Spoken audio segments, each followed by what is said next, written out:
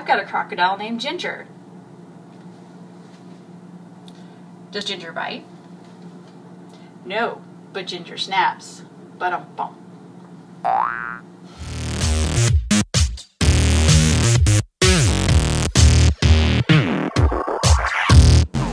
Hi, this is Shawna for the Iron Shawna project, where we're cooking well using only ingredients on hand.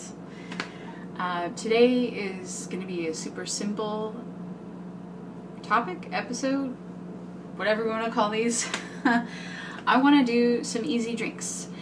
I like coffee, and I don't like making it every morning, and it's a little expensive to buy every day. So in warmer months, I will make what's called cold brewed coffee. Basically, you're not heating up any of the water, but you are letting it sit and infuse together. And by it, I mean the coffee grounds and the water, and that's really all that's in there. And what results is kind of a sweeter, almost a sweeter flavor. It's definitely more subtle, and you have less of a chance of it tasting burnt, of course, because you are not heating the water. So here's how I make my cold brewed coffee. I take a pitcher. If you don't have a pitcher, you can use a jar, whatever container that's big enough. It's a 1-to-4 ratio, so what I generally do is a cup of grounds. Can you see the grounds in there? I'll dump that into my pitcher, and then I'll do 4 cups of water.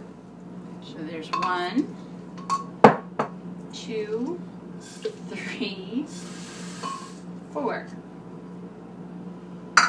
Okay, and you'll notice, I don't know if you can really see it through here, the grounds they might rise up a little bit to the top, so what I like to do is mix it up with a spoon a little bit. Any old spoon will do. Just make sure that it's, the water and the grounds are at least somewhat mixed. Great. So I'm just going to let this sit in the pitcher for 4 to 8 hours, sometimes even longer. Mostly what I end up doing is I just set it on the counter and I leave it overnight. And the next morning I will just filter it like I regularly would. And what results is more of a concentrate than what you might be used to. And the idea behind this is that you can store that concentrate in your refrigerator for, 4 days or so. And you can, as you serve it, you can dilute it or not, as you wish, depending on your personal taste. And there you have it. You've got a few days worth of coffee that's already made. You can drink it cold, you can heat it up if you want. Sometimes I'll even do this cold brewed in the winter months, and then if I feel like heating it up, I'll just like pop it in the microwave or something. It's just cheating a little bit, but the flavor is there, and it feels still like a little less work for me. I also like the fact that I'm not using as many filters. I use a single cup Melita filter personally, and then I'll put a paper filter in there. And for me, when I'm making this cold brewed, it uses less of those filters because I'm doing multiple cups worth. And so for me, it feels like I'm doing a small part towards saving the environment and consuming a little bit less. But we're not done yet. Another thing that I want to show you is a little trick that I do with ginger. I think I've mentioned in previous episodes I end up with a lot of ginger. You can get it in large packages, and often when I'm cooking I only need a small bit of that, and as a single person it goes bad pretty quickly. So I'll pop these in the freezer. I've got a whole container here. It's a reused, so it's not salsa. But I've got all my chopped up pieces of ginger. I've had these, a couple months now.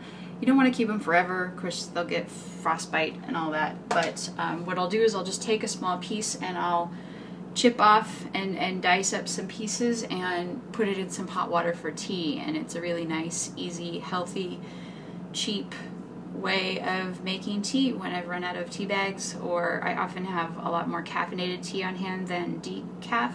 And this is a way of having tea without actually keeping myself up all night.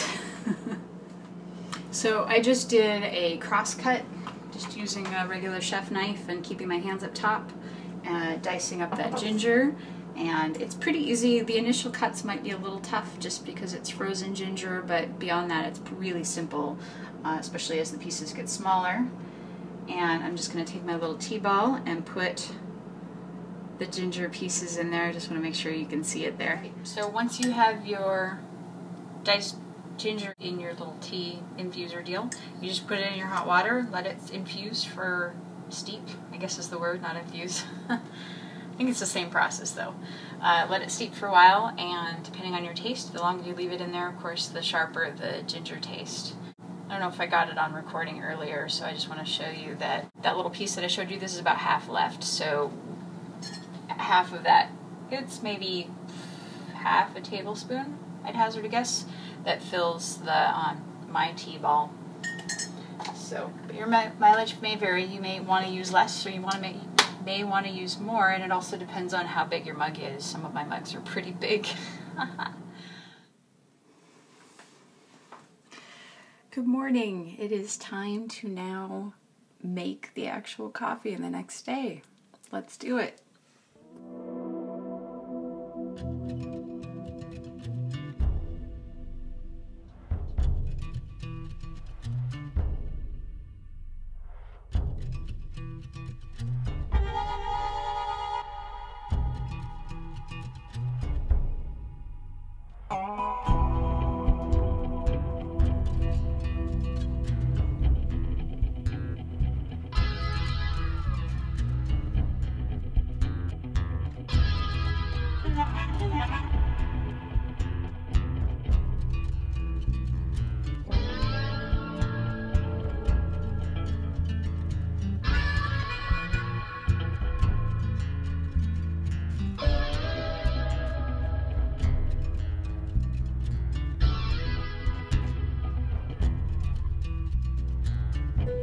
So there you have it. There's my coffee, and the second one's still dripping a little bit. I like to leave it just as long as I can to get the most out of it. And remember, this is concentrated, and you can keep it in the fridge for like 4 days or so. I'm gonna pour myself some coffee because I'm not quite awake yet. Bye-bye.